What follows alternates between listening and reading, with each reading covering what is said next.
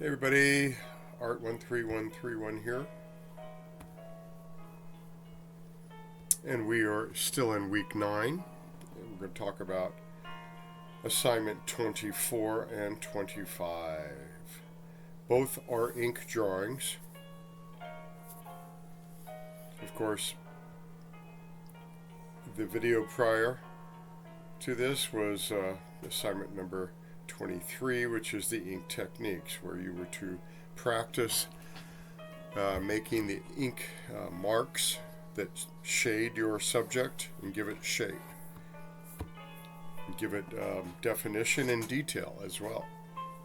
It's all tied into the same mark making, where you use less marks for lighter tones and more marks together to make the darker tones, and then somewhere in the middle is the midtones, where you vary from using more marks or less marks to get those midtones from light to darker tones.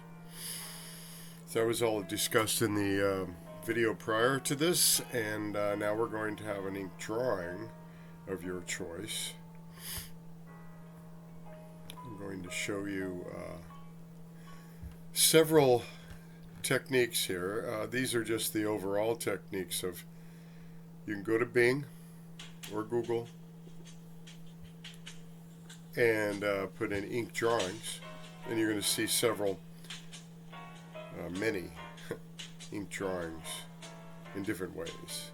So all these are sort of using different marks that you practiced 5 or more of them in the ink technique assignment number 23. So you should be getting fairly fluent with that and be able to now have an ink drawing.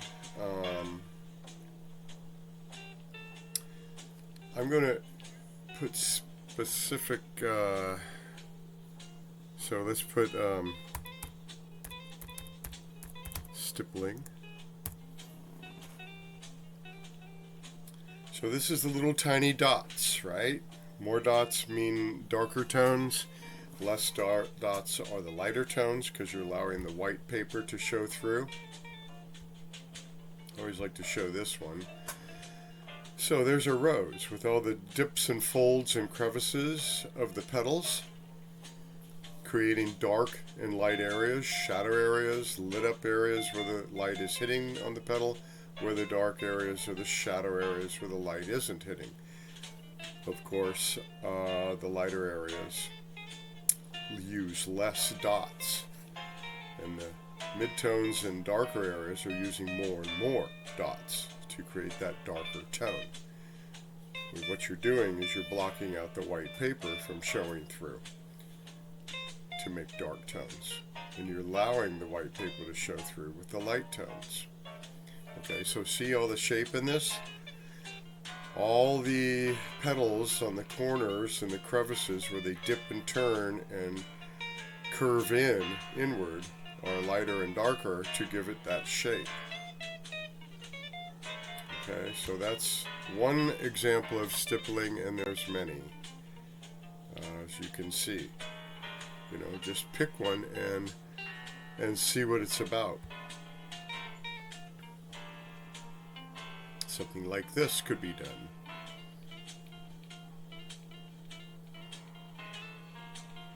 Okay, so I think you understand the light and dark aspect of this. More dots mean darker tones, less dots mean lighter tones, and the in between are where you add a little bit more until you got a lot, and then you got a really dark tone. There's a lot of versions of a sun and moon type of thing.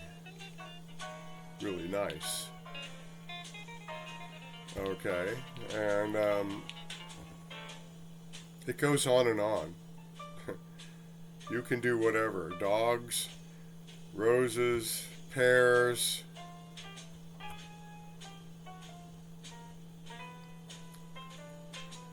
Stippling is really good for a really good effect on shape and perfection, it takes a lot of work, but it's really well worth it.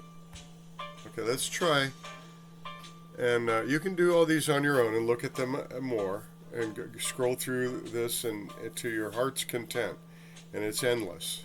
Well, maybe it has an end somewhere, but I haven't found it.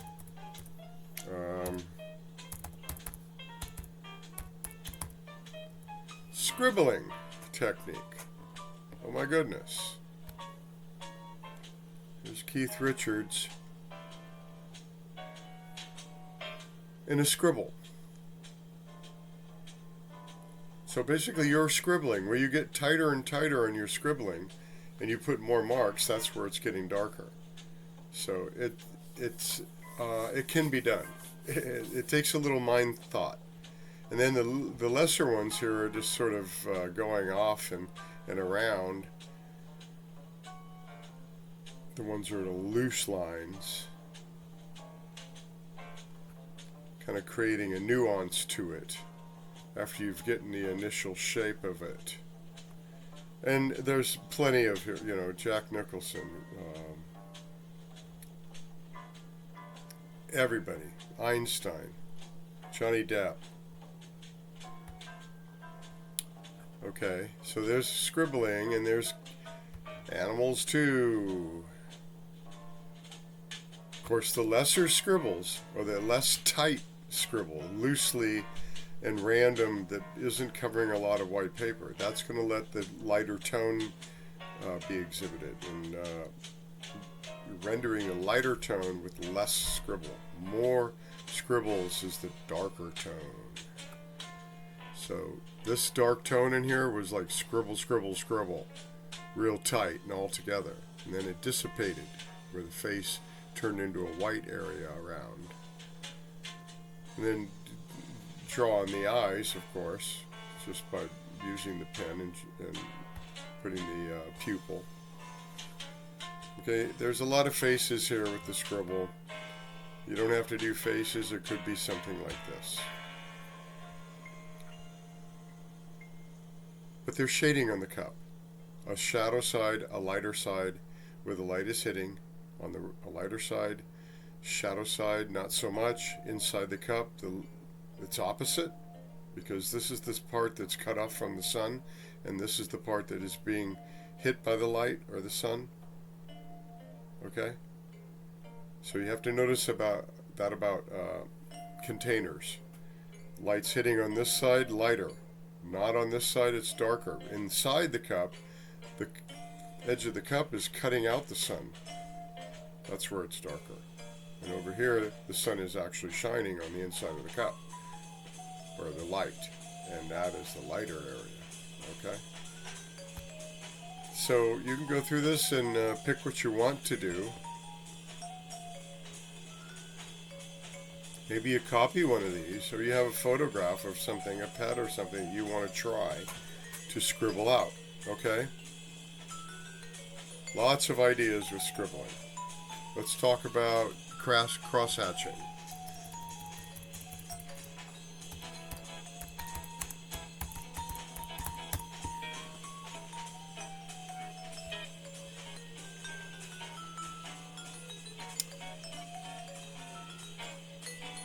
Well, that's a pretty good one. So you can see where the lines cross each other, and then where they're very tight and you want a darker tone, you put more crossing. So instead of just down and vertical and horizontal, you're going to add diagonal to it.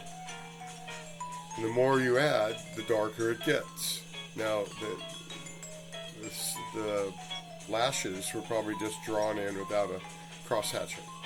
Pupil just darkened up. But the eyeball and the shading around that white part of the eye, all cross-hatching. And the iris, there's a little bit of a line kind of drawn in on the side here. So you vary it and use the cross-hatching where you can, and mostly cross-hatching possibly. Now you can use two or three different techniques in the same drawing if you want. It doesn't have to be all stippling or all cross-hatching. You can change it up within the drawing if you want. I think most of these drawings sort of stay with one or the other because it's more successful that way. It seems to have a more of a unity than all of a sudden changing to stippling. But if you can make it happen, like if you have several different subject matter, you might want to try that. But within an apple or one subject, you probably want to stay with one technique and not try stippling and scribbling and cross-hatching within the apple. You want to stay with, this is like contour cross-hatching. So it's going with the shape of the apple, kind of rounded here and around, down here and down, and same with the up and down. Vertical lines are curved with the apple curve. Okay, so you want to pay attention to that if you're doing that. It actually gives it more shape, I think, than just straight cross-hatching. And you can work that into a face, too. A face scenario. Although a lot of these are just regular cross-hatching. It works, you see they kind of twisted this one, going around like that. And this upper here is kind of curved a little. So it is working with the contour slightly. Okay, here and there. Some places not. Like right down the nose here, maybe not right at the tip. It is kind of curving. So notice that about your model. If you're picking one of these for a model, notice how they're using that cross-hatching.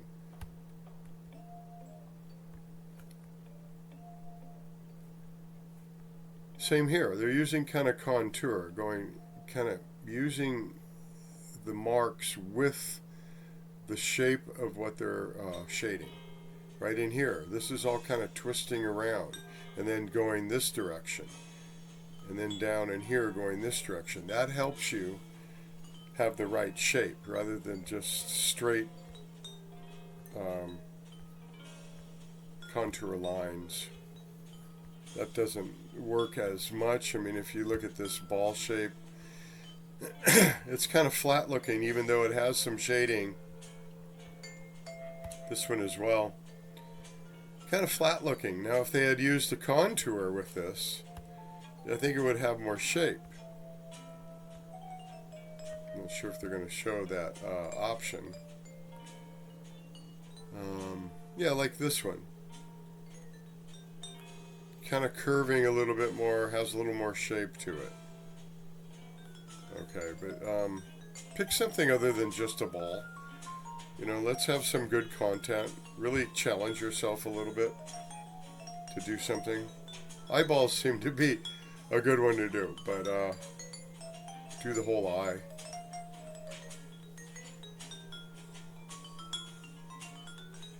Okay, so that was cross-hatching. And contour, let's try contour.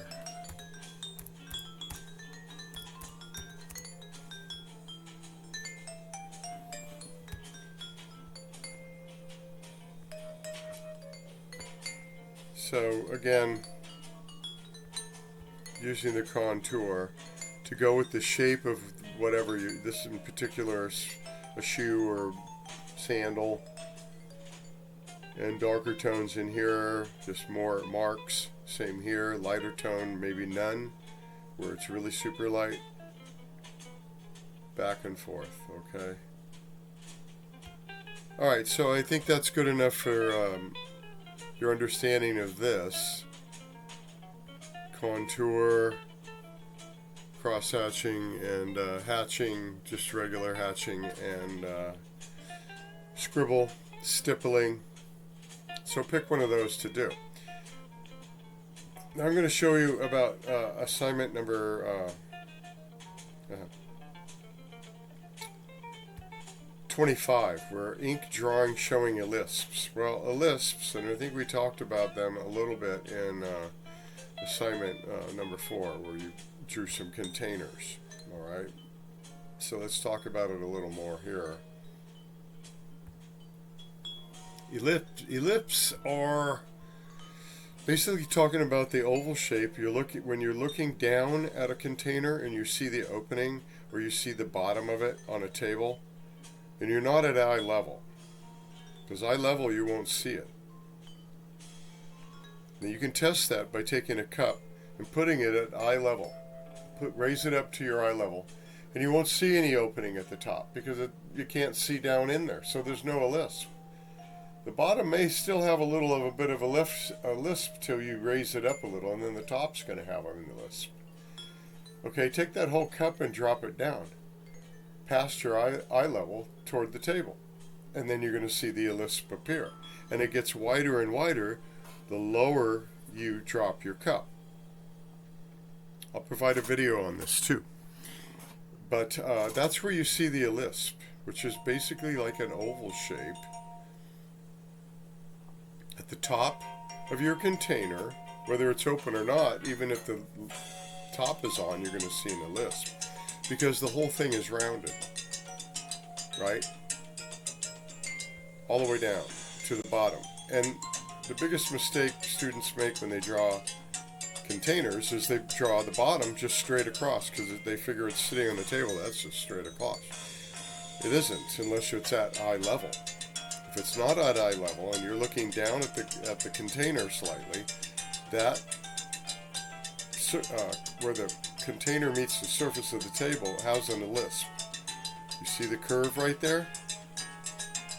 Because the whole thing is rounded. Okay.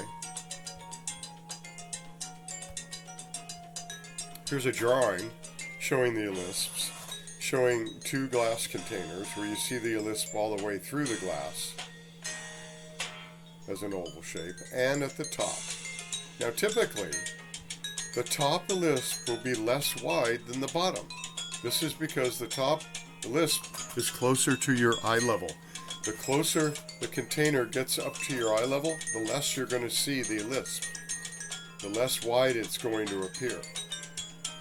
Further down past your eye level to the surface of the table, the lisp gets wider. So, in a particular container, you may notice that the top lisp is less wide than the bottom. So draw it that way. Okay, and never draw the bottom lisp straight across, because showing it straight, because that's not accurate. If you're looking down at these containers slightly at an angle, and you can see the opening at the top, or lid of top, then the bottom has a lisp. So don't forget that, because that's the first thing I'm gonna comment on, and you're gonna have to redraw it. Okay, so let me show you a few more. This is kind of really breaking down the lisps on round containers of whatever sizes they are. It doesn't matter. Or whatever shapes they are. Glass, wine glass, bottle on its side here. Jug, vase, bottle, more vase. Then you can see where it changes in shape. Still there's a lisp there because this is a round surface. They're just showing you that it's round all the way down. So if there was liquid in here and it was transparent, like the bottle and the glass might be, or the jug, and liquid at this level or this level, you'd see a lisp with that liquid. Like if the wine was only full to here, you would see a lisp of the top of the wine. Same with the bottle of wine. If it was only full to here or here or here, you would see a lisp there. So this is breaking down the fact that everything is rounded and there's a lisp could be anywhere, depending on how your what your visual is. Certainly at the bottom and at the top. And you'll see that this wine glass, the top is less wide than the bottom stem sitting on the table. This is wider. It's almost a circle, but not quite. Okay? That's because, like I say, if it gets away from your eye level, it's going to get wider. And here's a drawing of lisps. Each one of these has a lisp. Even the bottle back here, it may be very faint to see because it's a small area, but it is curved right there. Same with the bottom of the cup, bottom of this little glass, this shot glass. Okay? and the tops have Lisps. Now you're not seeing the Lisp here because it's covered up by the, what is it, champagne cold duck container, so it's covered up. Then you want to shade your drawing. You don't want to leave it unshaded because we've talked about shading all term, and that's what we're doing when we draw anything for the most part. So there's lots of shading going on. There's light and dark in the background and on the table. Darker here, lighter here possibly. Cast shadows. Shading on the cup. Light source coming from, in this particular case, on the left side. Glass has all kinds of different light and darks in it, from subject matter in the background shining through, or light source on the glass, or other objects illuminating through or being distorted by the glass image. Look for that. If you have glass containers, look for that. Look for all the shading, and like I say, and I said many times, set this up with a single light source. So set 3 or 4 or more up in a still life composition, some overlapping the others, like this is. And then look for your darks and your lights from the single light source, one side or the other. Not directly on it, because directly on it from the front isn't going to show a shadow and light side. And then it's going to be harder to shade them to get a lot of shape and contrast. So you want to create contrast with your light source before you start drawing, so that you have plenty to shade, to give a lot of shape to your subject matter. It's going to be a more successful drawing that way. Don't do it straight on, okay? Well, that's not part of this assignment. Go back to this one. Shading's kind of light on this one, so you might want to bring it up, but it does have a contrast there, a big, kind of a dark area. If you find that everything is very similar in tone, you're going to have to bring up some contrast. So you're going to have to add some highlights, like right here, or on the rim of the cup, and darker areas on the cup and in the glass, and on the top of here and around in the cast shadow. You want a good level of contrast for maybe 5 to 7 different tones. Certainly not 1 or 2 or 3, because that's going to be very similar and everything gets lost, and it's not a very strong drawing. Okay, you may have to actually add contrast and tone to your drawing that you don't see in your model to make it a stronger drawing. And you have to determine that by looking at it and say, are these similar tones? How many tones do I have? Count them up. You know, where it's darker, a little darker, a little lighter, a little lighter, a little lighter, and then the very light stuff, and very light, possibly. So you'll have to determine all that. All right? Okay. So, show your Lisps, 3 or 4 containers with number 25. Shade it with your ink marks. Okay? And I've told you how to do that. So do your drawing first, and that's going to teach you more about getting shape and shading with the ink marks, lighter and mid-tone and darker marks, by using more marks or less marks. And then map out. You might want to take a faint sketch with graphite to map out any of these. As long as you can get rid of that graphite, certainly don't make it dark. Don't press hard on the pencil when you're sketching.